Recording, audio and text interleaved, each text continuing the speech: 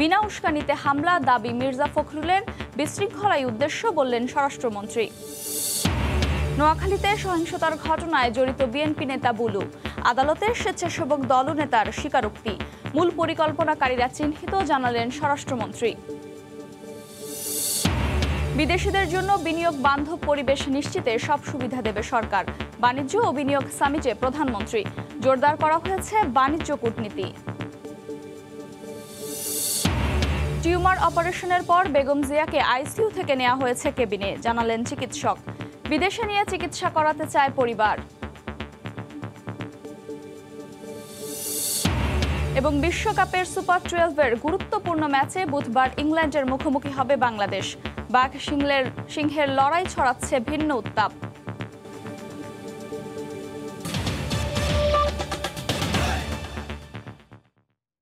দেখছিলেন শিরোনাম, প্রবাসের সময় সঙ্গে আছে আমি আফরোজা মৌটুসী। রাজধানীর নয়াপল্টনে বিএনপির সম্প্রীতি সমাবেশ শেষে নেতাকর্মীদের সঙ্গে পুলিশের ধাওয়া পাল্টা ধাওয়া হয়েছে। রণক্ষেত্রে পরিণত হয় পুরো এলাকা। এ সময় আটক করা হয়েছে বেশ কয়েকজনকে। পুলিশ বলছে, বিশৃঙ্খলা সৃষ্টির চেষ্টা করলে প্রতিহত করে আইনশৃঙ্খলা রক্ষা বাহিনী।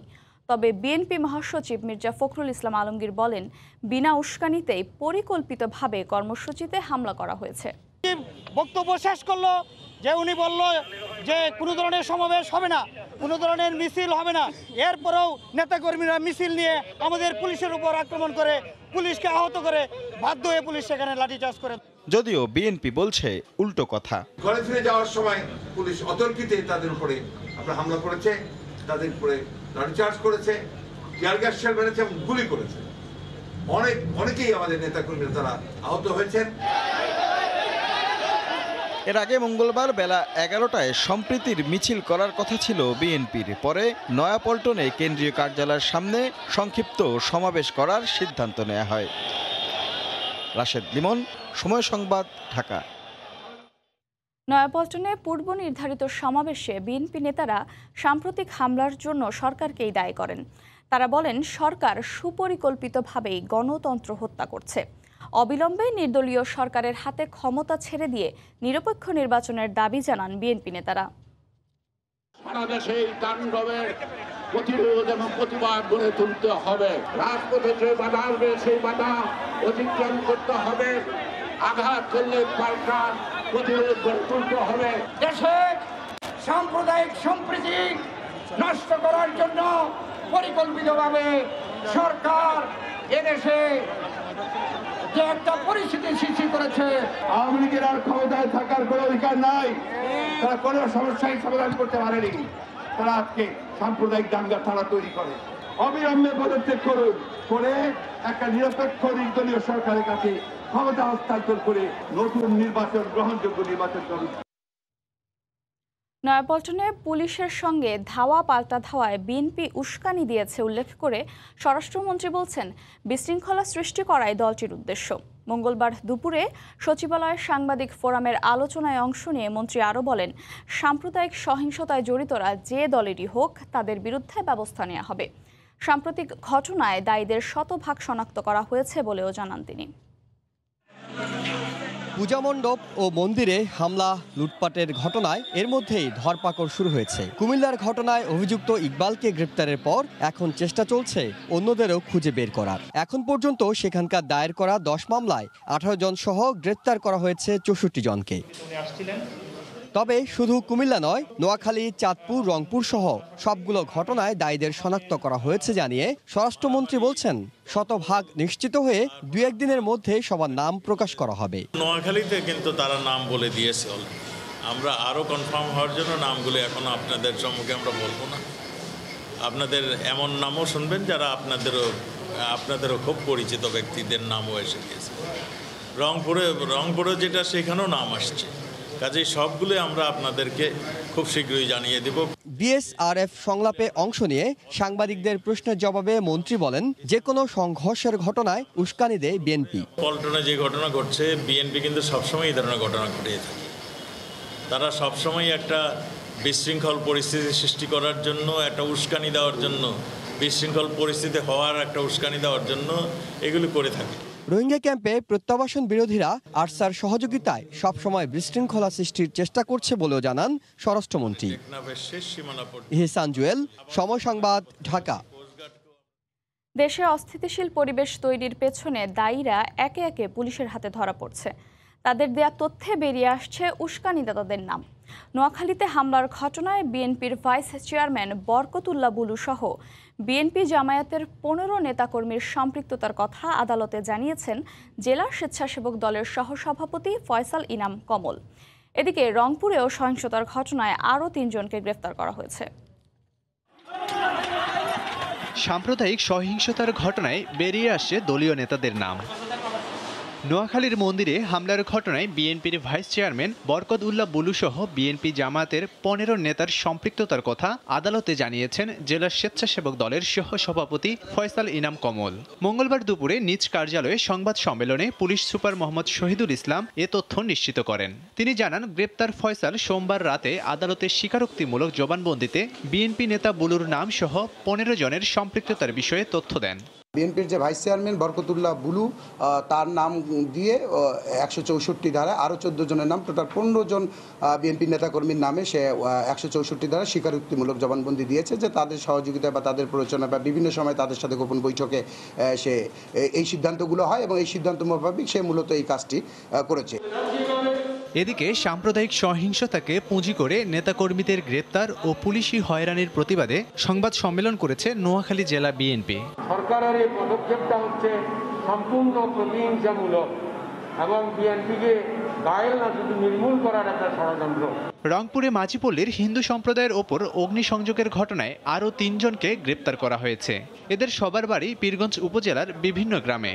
ঘটনার দিন লুণ্ঠিত মাছ ধরার জালসহ বিভিন্ন মালামালও উদ্ধার করেছে পুলিশ। 3 জনকে আমরা গ্রেপ্তার করতে সক্ষম হয়েছি এবং তাদের 3 জনকে আমরা পীরগঞ্জেরই বিভিন্ন এলাকা থেকে গ্রেপ্তার করেছি। কে কি করেছে, কে কি না করেছে সবগুলি মোটামুটি আমাদের নলেজে রয়েছে। পীরগঞ্জের ঘটনায় এখন পর্যন্ত 69 জনকে গ্রেপ্তার করা হয়েছে। এর মধ্যে 3 দিনের রিমান্ড শেষে 37 জনকে আদালতে ফেরত দিয়ে সোমবার নতুন করে আরও 13 জনকে 3 দিনের রিমান্ডে নিয়ে জিজ্ঞাসাবাদ করছে পুলিশ। লাবিব হাসান, সময় সংবাদ। সাম্প্রদায়িক সহিংসতার বিরুদ্ধে রাজধানীর শাহবাগ মোড়ে মঙ্গলবারও প্রতিবাদ কর্মসূচি পালন করেছে বিভিন্ন সামাজিক সংগঠন। দোষীদের কঠোর শাস্তির পাশাপাশি সাম্প্রদায়িক শক্তিকে নির্মূল করতে সরকারের প্রতি আহ্বান জানান তারা।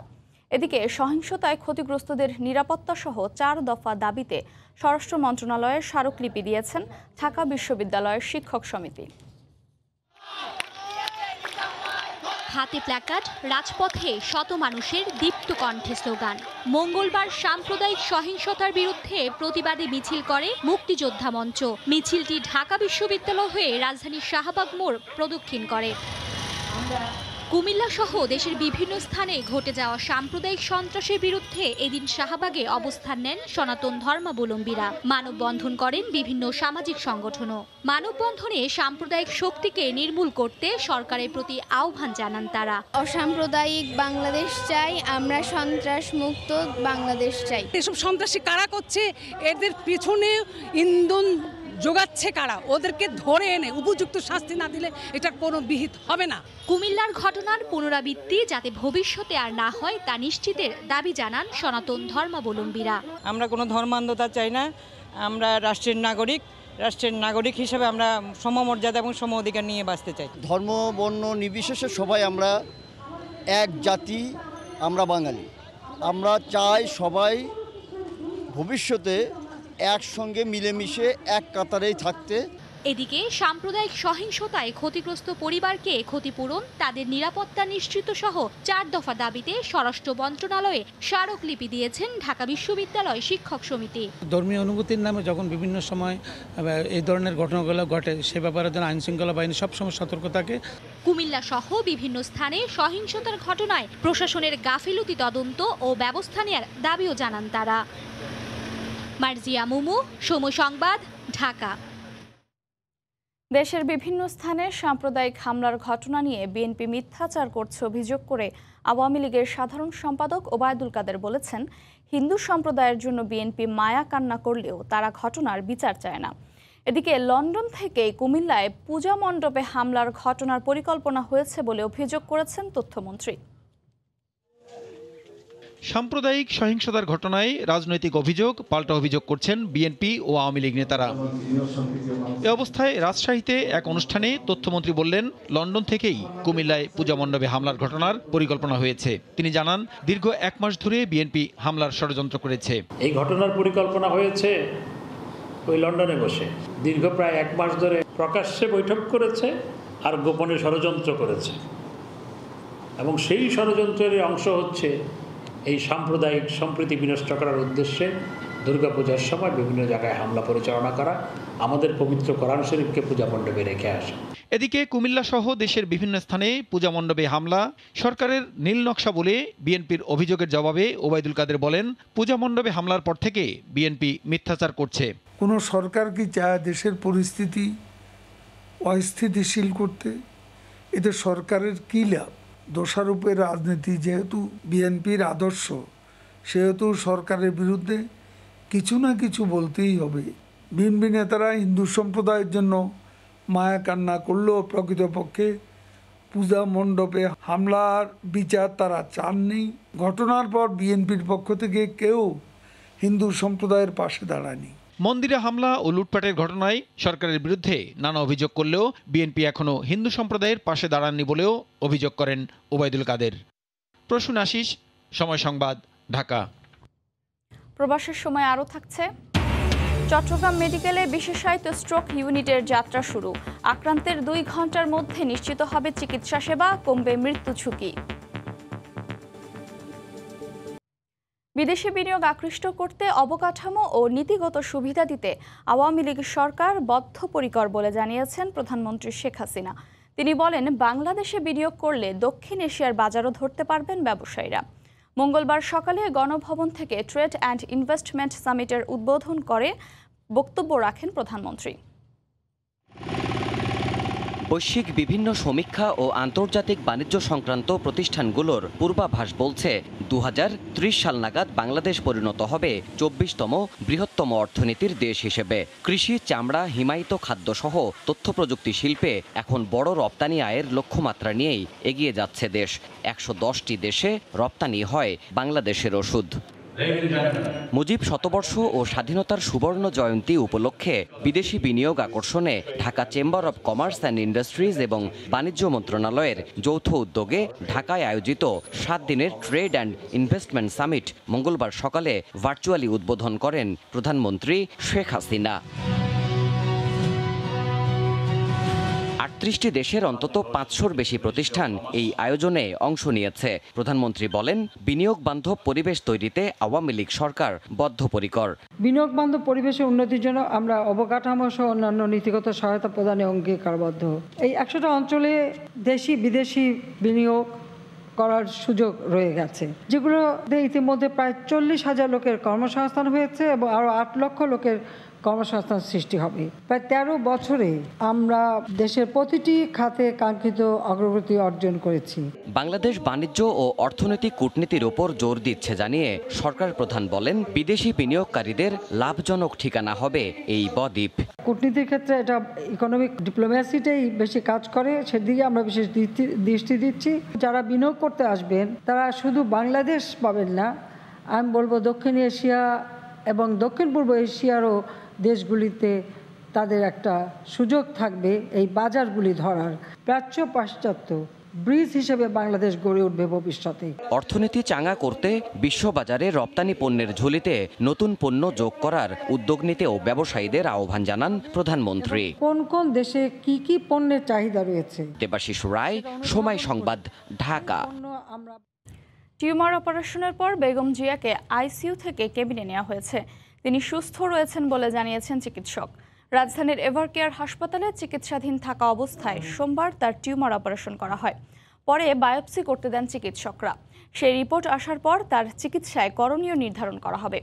এদিকে বিদেশে নিতে তার পরিবার সরকারের অনুমতির অপেক্ষায় আছেন বলেও জানান তার চিকিৎসকরা।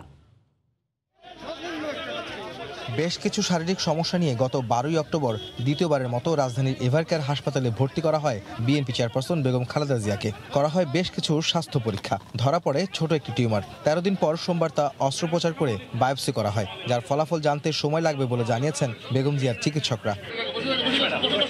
আর্থাইটিস, ডায়াবেটিস, লিভার, কিডনি ও হার্ট সহ নানা জটিলতায় ভুগতে থাকা বেগম জিয়ার টিউমারের বায়োপসির পর কেমন আছেন তিনি, এ বিষয়ে জানতে চাইলে তার মেডিকেল বোর্ডের সদস্য ডাক্তার AZM জাহিদ হোসেন জানান, নিবিড় পর্যবেক্ষণ থেকে বেগম জিয়াকে নেওয়া হয়েছে কেবিনে।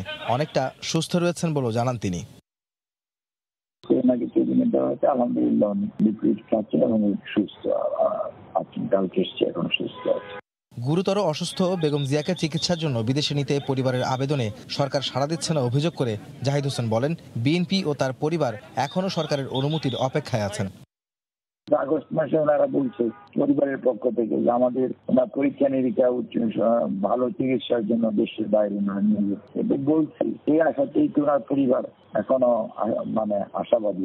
দুর্নীতির 2 মামলায় কারাদণ্ডের পর বেগম জিয়াকে 2 বছরের অধিক সময় পর সাজা স্থগিত করে সাময়িক মুক্তি দেওয়া হয় গত বছরের 25শে মার্চ। এরপর চলতি বছরের 10ই এপ্রিল করোনায় আক্রান্ত হলে 27 তারিখ প্রথমবারের মতো এভারকেয়ার হাসপাতালে ভর্তি করা হয় বিএনপি নেত্রীকে। 53 দিন চিকিৎসা শেষে গত 19শে জুন বাসভবন ফিরোজায় ফিরলেও প্রায় 5 মাস পর আবারও হাসপাতালে ভর্তি হলেন সাবেক প্রধানমন্ত্রী। আহমেদ সালেহিন, সময় সংবাদ, ঢাকা। উন্নত চিকিৎসার মাধ্যমে তাৎক্ষণিক চিকিৎসা সেবা দিতে চট্টগ্রাম মেডিকেল কলেজ হাসপাতালের নিউরোলজি ওয়ার্ডে বিশেষায়িত স্ট্রোক ইউনিটের যাত্রা শুরু হলো। এর ফলে স্বল্প সময়ে চিকিৎসা দেওয়ার পাশাপাশি কমানো যাবে মৃত্যু ঝুঁকি। নূর জামাল আতিকের ক্যামেরায় শফিকুল আলমের প্রতিবেদন। উন্নত চিকিৎসা সেবার অভাবে স্ট্রোকে আক্রান্ত জটিল রোগীদের পড়তে হয় নানা সমস্যায়। সেই সমস্যা সমাধানে বিশ্বমানের প্রযুক্তি নিয়ে এবার চট্টগ্রাম মেডিকেল কলেজ হাসপাতালে নিউরোলজি বিভাগে চালু হলো 12 শয্যা বিশিষ্ট বিশেষায়িত স্ট্রোক ইউনিট। বিভিন্ন বিভাগের চিকিৎসকের সমন্বয়ে হবে এই ইউনিটের চিকিৎসা। মঙ্গলবার সকালে ইউনিটটির উদ্বোধন করা হয়। স্ট্রোকের পেশেন্টকে সমন্বিত কয়েকটা ডিপার্টমেন্টের প্রয়োজন হয়, তো এইখানে যে স্ট্রোক সেন্টার যেটা করা হলো এবং ওই উদ্দেশ্যেই যে সবার সাথে সমন্বিত একটা কোঅর্ডিনেশনের মাধ্যমে এই রোগীদেরকে স্পেশালাইজড এই ট্রিটমেন্টটা দেওয়া হবে। জরুরি ভিত্তিতে সিটি স্ক্যান ও নানা পরীক্ষা করে স্ট্রোকের দ্রুত ধরন নির্ণয় করা যাবে। এছাড়া স্ট্রোকে আক্রান্ত হওয়ার 2 ঘন্টার মধ্যে রোগীকে হাসপাতালে আনলে উন্নত চিকিৎসা প্রদান করে কমানো যাবে মৃত্যু ঝুঁকি। স্বল্প সময়ে চিকিৎসা করার পাশাপাশি স্ট্রোক পরবর্তী নানা সমস্যা দূর করা সম্ভব হবে এই পদ্ধতিতে। ফলে ঢাকা নির্ভরতা অনেকটা কমে যাবে চট্টগ্রামের রোগীদের। স্ট্রোকের রোগীদের বেশিরভাগ সময় জরুরি সেবাটা দরকার এবং এটা দ্রুততম সময়ে সমন্বিতভাবে চিকিৎসা যেহেতু করা হচ্ছে, দ্রুততম সময়ে আমাদের চিকিৎসা দেওয়া সম্ভব। এটা দিতে হবে 3 ঘন্টা থেকে 4.5 ঘন্টার মধ্যে।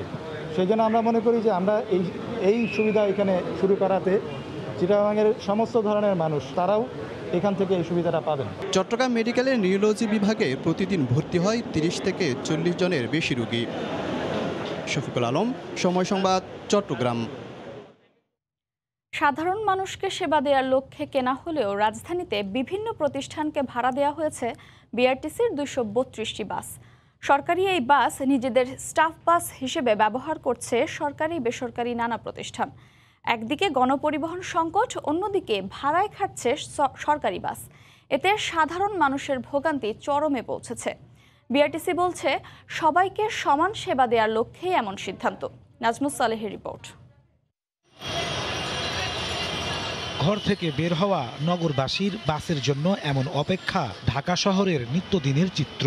দীর্ঘক্ষণ দাঁড়িয়ে থেকেও মেলে না গন্তব্যের বাস। তাই তো বাস দেখলেই হুমড়ি খেয়ে পড়ার মতো অবস্থা। ধাক্কাধাক্কি করে বাসে উঠতে পারাই যেন প্রতিদিনের চ্যালেঞ্জ। 30 মিনিট 45 মিনিট অপেক্ষা করার পর আমরা আমাদের কাঙ্ক্ষিত রুটগুলোতে গাড়ি পাই না। যতগুলো সিট আছে তার থেকে যাত্রী বেশি, অনেক সময় দাঁড়িয়ে যেতে হয়।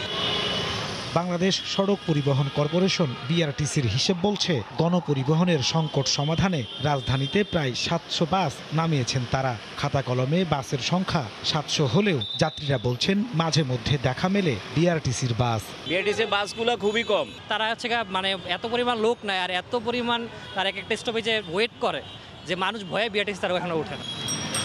এর উল্টো চিত্র দেখা যাবে রাজধানীর বেশ কয়েকটি এলাকায়, যেখানে অলস পড়ে আছে বিআরটিসির বাস। গণপরিবহন সংকটে রাস্তায় যখন মানুষের ভোগান্তি চরমে, তখন সরকারি বেসরকারি বিভিন্ন প্রতিষ্ঠানে 232টি বাস ভাড়া দিয়ে রেখেছে বিআরটিসি। বাসগুলো নির্দিষ্ট যাত্রীদের জন্য ভাড়া না দিয়ে সাধারণ মানুষের জন্য উন্মুক্ত করার দাবি নাগরিকদের। বিভিন্ন প্রতিষ্ঠানের কাছে ভাড়া দেওয়া আছে। এটা আসলে চরম অনিয়ম, কারণ সাধারণ জনগণ চরম ভোগান্তি শিকার। যারা চাকরি করে তাদের কেন সুবিধা পাবে, সাধারণ জনগণ কি জনগণকে এর জন্য সুবিধা পাবে না। তবে বিআরটিসির দাবি বাণিজ্যিক উদ্দেশ্যে নয়, বরং সব শ্রেণীর মানুষকে সমান সেবার আওতায় আনতেই তাদের এই উদ্যোগ। এখানে যদি শুধু ইনকামের কথা চিন্তা করতাম, আমরা সেবার কথা চিন্তা না করে, তাহলে কিন্তু আমরা এই প্রতিষ্ঠানগুলোতে গাড়ি দিতাম না। সকল স্তরের যাত্রীদের সেবায় কিন্তু আমরা বদ্ধপরিকর, আমরা সেই লক্ষ্যে কাজ করে যাচ্ছি। গণপরিবহন সংকট সমাধানে নতুন ৩২০টি বাস কেনার প্রকল্প গ্রহণ করেছে বিআরটিসি। নাজমুস সালেহী, সময় সংবাদ, ঢাকা। নির্মাণের ৪ বছরের মাথায় চট্টগ্রামের বদ্দরহাটের এম এ মান্নান ফ্লাইওভারের ২টি পিলারে ফাটল দেখা দিয়েছে। দুর্ঘটনা এড়াতে একমুখী যান চলাচল বন্ধ করে দেওয়া হয়েছে। নকশা ও নির্মাণ ত্রুটির কারণে পিলারে এই ফাটল দেখা দিতে পারে বলে জানান সিটি কর্পোরেশনের মেয়র। বিস্তারিত জানাচ্ছেন পার্থপ্রতিম বিশ্বাস। বদ্দরহাট ফ্লাইওভারের র্যাম্পের 2টি পিলারে ফাটল দেখা দিয়েছে। দুর্ঘটনা এড়াতে আরাকান সড়কমুখী র্যাম্পটিতে যান চলাচল বন্ধ করে দেওয়া হয়েছে।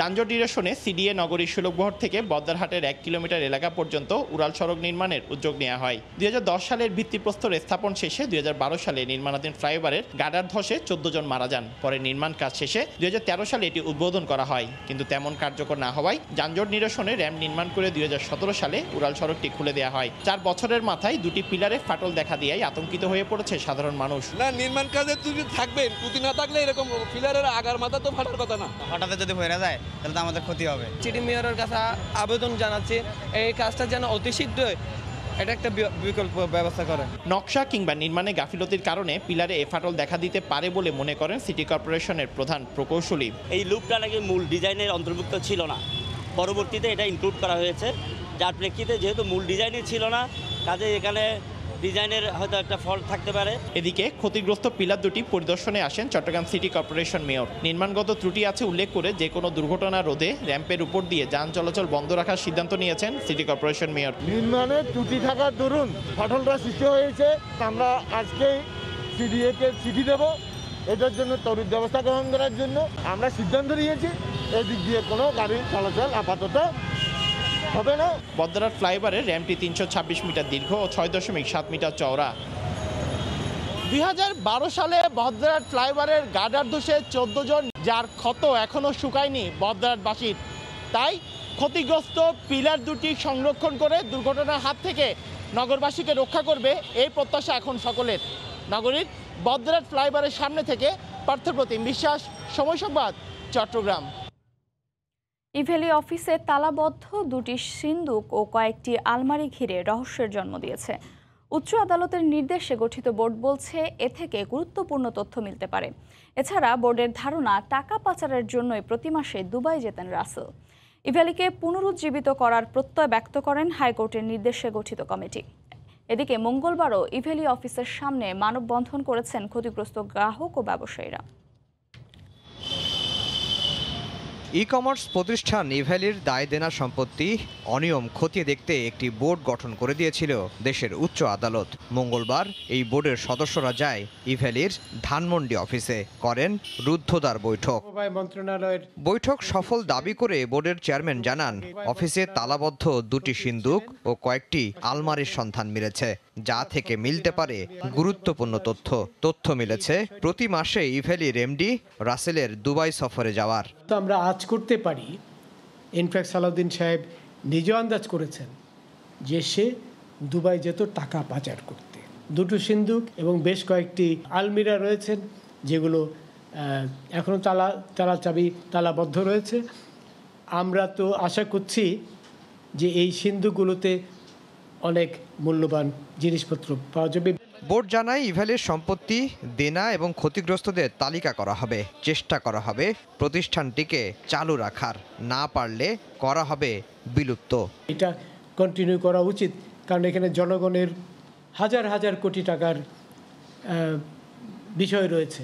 হাজার হাজার মানুষ প্রতারিত হয়েছেন, তাদের সেই প্রতারণার পয়সাটা ফেরত দেওয়া, সেটি আমাদের একটি আইনি দায়িত্ব। এদিকে বোর্ড যখন মিটিং করছিল তখন কার্যালয়ের বাইরে মানববন্ধন করছিলেন ক্ষতিগ্রস্ত ব্যবসায়ী ও গ্রাহকরা।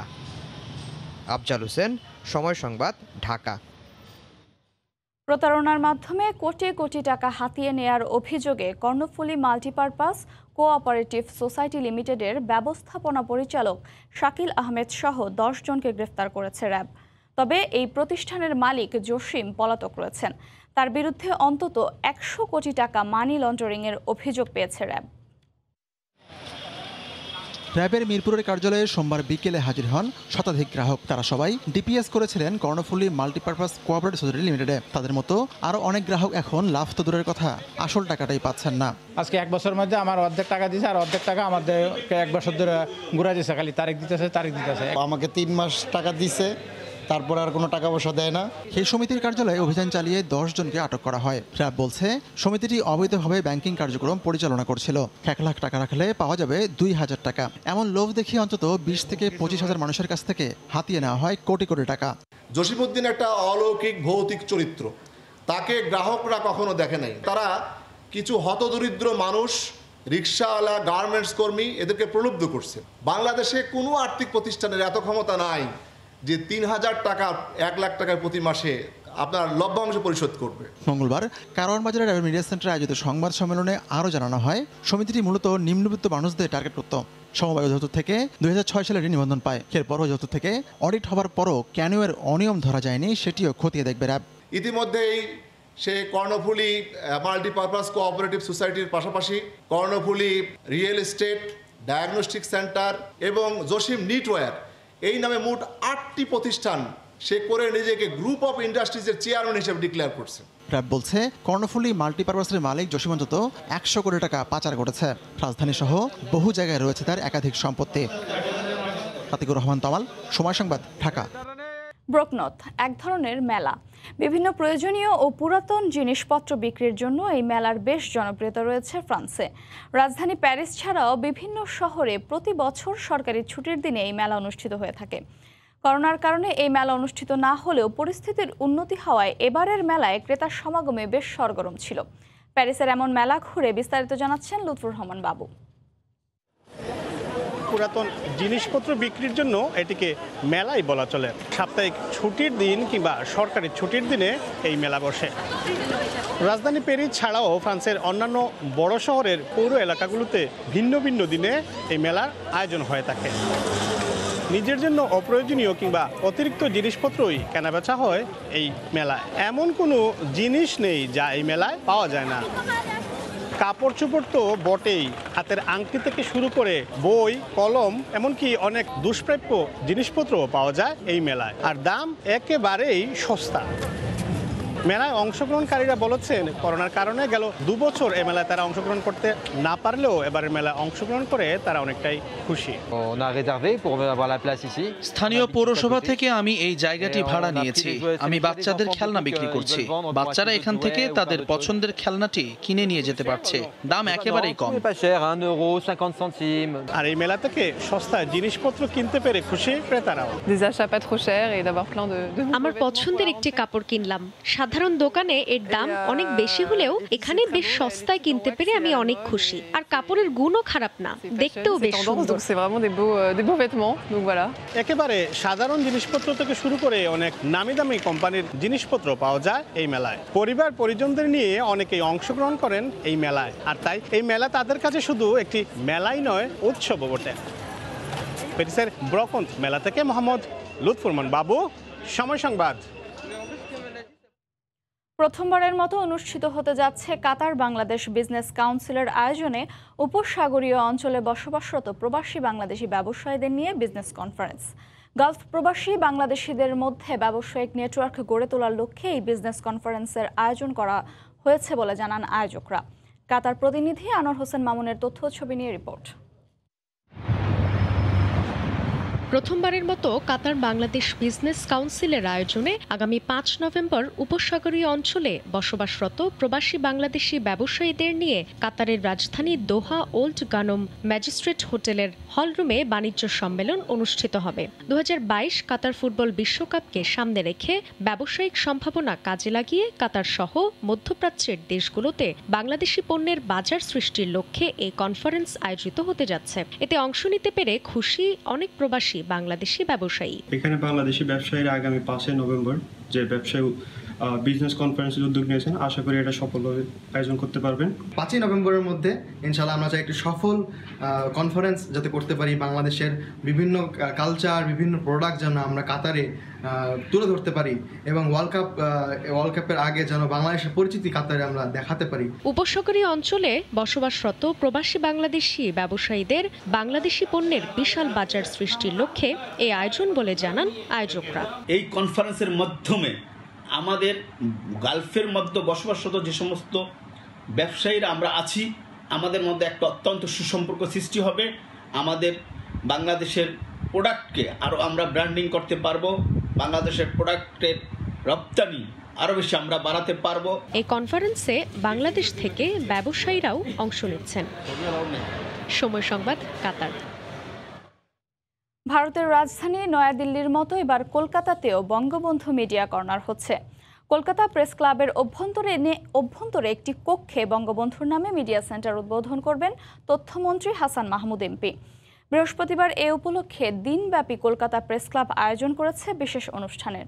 সেখানে বাংলাদেশের তথ্যমন্ত্রী ছাড়াও পশ্চিমবঙ্গ রাজ্য সরকারের মন্ত্রী এবং কলকাতার বিশিষ্ট ব্যক্তিরা উপস্থিত থাকবেন। জাতির জনকের নামে এই মিডিয়া সেন্টারে বঙ্গবন্ধুর বিভিন্ন চিত্রকর্ম স্থান পেয়েছে।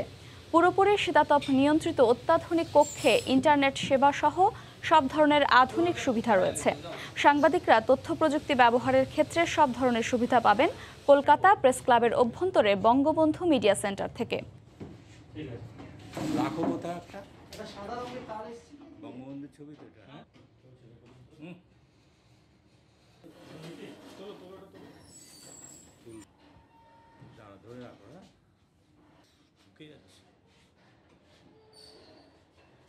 প্রেস ক্লাব কলকাতায় বঙ্গবন্ধুর নামাঙ্কিত একটি সংবাদ কেন্দ্র বা মিডিয়া সেন্টার তৈরি হচ্ছে। এটি গণপ্রজাতন্ত্রী বাংলাদেশ সরকার উপহার হিসেবে প্রেস ক্লাব কলকাতাকে দিচ্ছেন।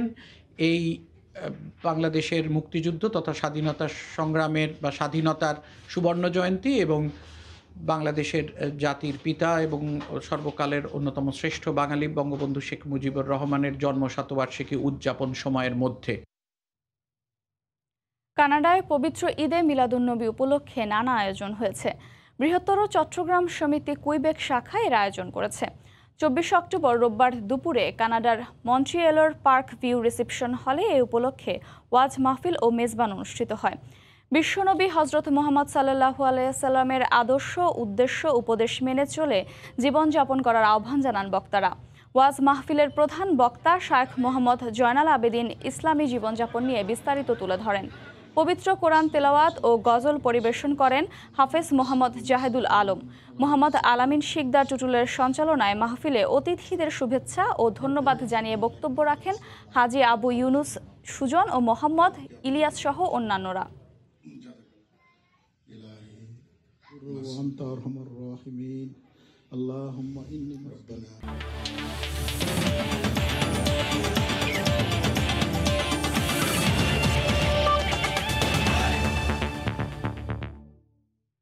বিশ্বকাপ মিশনে টিকে থাকার ম্যাচে বুধবার ইংল্যান্ডের মুখোমুখি হবে বাংলাদেশ। শ্রীলঙ্কা ম্যাচ ভুলে সামনে তাকিয়ে দল। র্যাঙ্কিংয়ে শীর্ষ দলের বিপক্ষে লড়াই হলেও টিম টাইগার্স আত্মবিশ্বাসী ভালো কিছু করতে। থ্রি লায়নের বিপক্ষে ম্যাচে টাইগার একাদশে পরিবর্তন আসতে পারে একটি। অন্যদিকে ইংল্যান্ড বাংলাদেশকে সমীহ করলেও জয়ের মানসিকতা ব্যাটার জস বাটলারের। আবুধাবিতে ম্যাচ শুরু হবে বাংলাদেশ সময় বিকেল 4টায়। সুমন সরকারের ক্যামেরায় সাজিদ মুস্তাহিদের রিপোর্ট। অনুশীলনে চনমনে বাংলাদেশ দল। শ্রীলঙ্কা বিপর্যয় অনেকটাই কাটিয়ে উঠেছে মাহমুদুল্লাহ বাহিনী। শরীরী ভাষায় যেন তারই প্রতিচ্ছবি। দল ভুলে যাওয়ার চেষ্টায় থাকলেও এখনও কাটা ছেঁড়া চলছে শ্রীলঙ্কার বিপক্ষে বাংলাদেশের ক্যাচ মিস নিয়ে, যার মাসুল দিতে হয় ম্যাচ হেরে। তাই অনুশীলনে দীর্ঘ সময় চলল ক্যাচিং প্র্যাকটিস। অবাক করার মতো তথ্য, শুধু বিশ্বকাপে নয়, টি-20 ফরম্যাটেই এই প্রথমবারের মতো মুখোমুখি হচ্ছে বাংলাদেশ ও ইংল্যান্ড। থ্রি লায়নদের বিপক্ষে টিম টাইগার্স খেলবে 28 মাস পর। ইংল্যান্ড প্রথম ম্যাচেই তাদের শক্তির জানান দিয়েছে। ওয়েস্ট ইন্ডিজকে গুড়িয়ে দিয়ে বড় জয় পেয়েছে মর্গান বাহিনী। তবে ছোট টার্গেট তাড়া করতে নেমেও 4 উইকেট হারিয়েছিল দল। এটাই টি-20 র্যাঙ্কিংয়ের শীর্ষ দলের বিপক্ষে ম্যাচ থেকেও কিছু পাওয়ার স্বপ্ন দেখাচ্ছে বাংলাদেশকে। ইংল্যান্ডের ব্যাটিং লাইন আপ অনেক শক্তিশালী। ওদের চ্যালেঞ্জ জানাতে বা জিততে হলে আমাদের সেরা ক্রিকেট খেলতে হবে। আমরা যাই করব সেটা নিখুঁত হতে হবে। একই সঙ্গে নিজেদের ওপর আস্থা রাখতে হবে। ইংল্যান্ড দল অনেকটাই নির্ভর। উইন্ডিজের বিপক্ষে জয় তাদের আত্মবিশ্বাস বাড়িয়েছে। 2 স্পিনার আর 3 পেসার নিয়ে কম্প্যাক্ট বোলিং লাইন আর মারকুটে এসব ব্যাটসম্যান। এরপরও বাংলাদেশকে তারা হালকা ভাবে নিচ্ছে না। প্রথম ম্যাচে জয়ে আমরা বেশ আত্মবিশ্বাসী। বাংলাদেশের বিপক্ষে জয়ের জন্য আমাদের ভালো ক্রিকেট খেলতে হবে। ওরা প্রথম ম্যাচ হারলেও বেশ বিপজ্জনক দল। অনুশীলনের শেষ দিকে চোট পেয়েছেন নুরুল হাসান সোহান, যদিও তার খেলা নিয়ে কোনো শঙ্কা নেই বলেই জানা গেছে। শক্তি সামর্থ্যে ইংল্যান্ড এগিয়ে থাকলেও বিশ্বকাপের মঞ্চে গল্পটা ভিন্ন, যেটা টাইগারে দেখিয়েছে অ্যাডিলেড আর চিটাগংয়ে। ইংল্যান্ডের বিপক্ষে একটা জয় যেমন টনিক হিসেবে কাজ করবে টাইগারদের, একই সঙ্গে বিশ্বকাপ মিশনেও টিকে থাকবে মাহমুদুল্লাহর দল। দুবাই থেকে সাজিদ মুস্তাহিদ, সময় সংবাদ, সংযুক্ত আরব আমিরাত।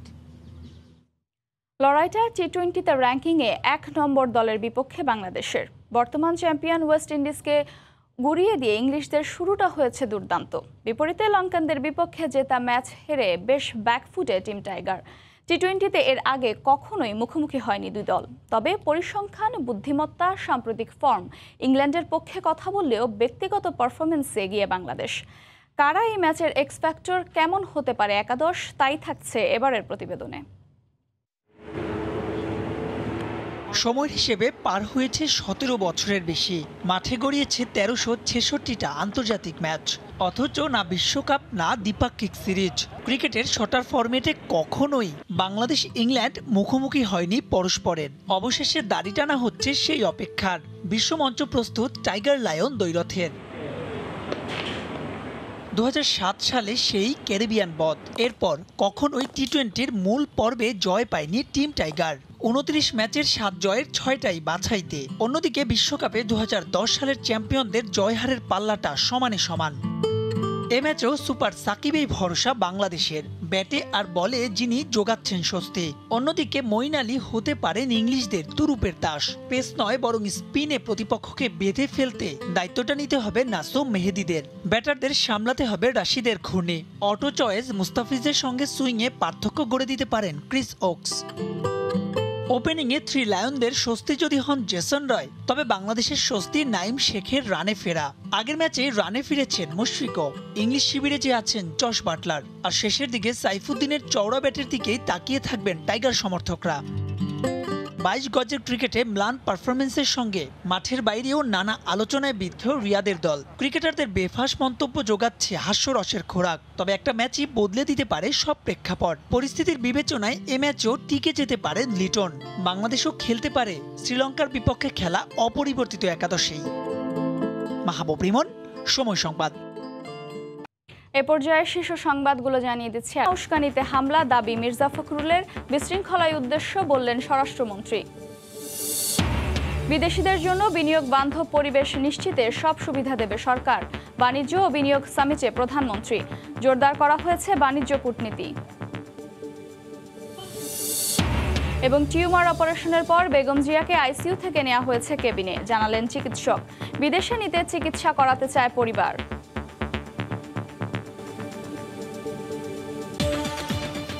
এই ছিল প্রবাসের সময়। সঙ্গে থাকুন সময়।